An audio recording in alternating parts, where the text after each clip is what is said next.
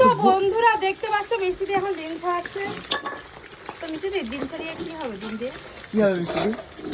ডিম দিয়ে ডিম হবে। মিষ্টি দিয়ে অনেক সময় দেখেছি ডিম ছাড়ালে ডিমের ভিতরে মাংস উঠে চলে যায়। তোমার ডিমটা এত সুন্দর কি স্মুথলি ছাড়াচ্ছে কি করে? তুই যদি বলো টিপসটা আমাকে। ডিম এটা ঘোড়ার ডিম না, মুরগির ডিম। তো মুরগির ডিম এই যে রহস্যজনকভাবে সুন্দরভাবে স্মুথলি উঠে আছে, এর রহস্যটা আমাদের একটু বলো।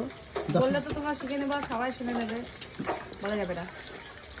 আমরা জলের মধ্যে কি কিছু দাও মিষ্টি দিয়ে ডিম না, না। ডিম সিদ্ধ করার সময়? ঠান্ডা জল দিই, ঠান্ডা জল দিয়ে ডিমটা, জলটাকে গরম হতে দেওয়া যাবে না। ও, তার আগে নামিয়ে ফেলতে হবে তাই তো? হ্যাঁ, তার আগে নামিয়ে ফেলতে হবে। তো বন্ধু দেখতে পারলে তোমরা কি করে মিষ্টি দিয়ে ডিমের খোসা ছাড়াই, সেটা তোমাদের সঙ্গে একটু শেয়ার করলাম। এই যে আর যদি ভিডিওটা ভালো লাগে একটা লাইক করে লাইক কমেন্ট দিও। করো না, ডিমের জন্য না, অন্তত মিষ্টি দিয়ে একটা লাইক করে দিও। চলো bye। কতবার ভেবো মিষ্টির জন্য।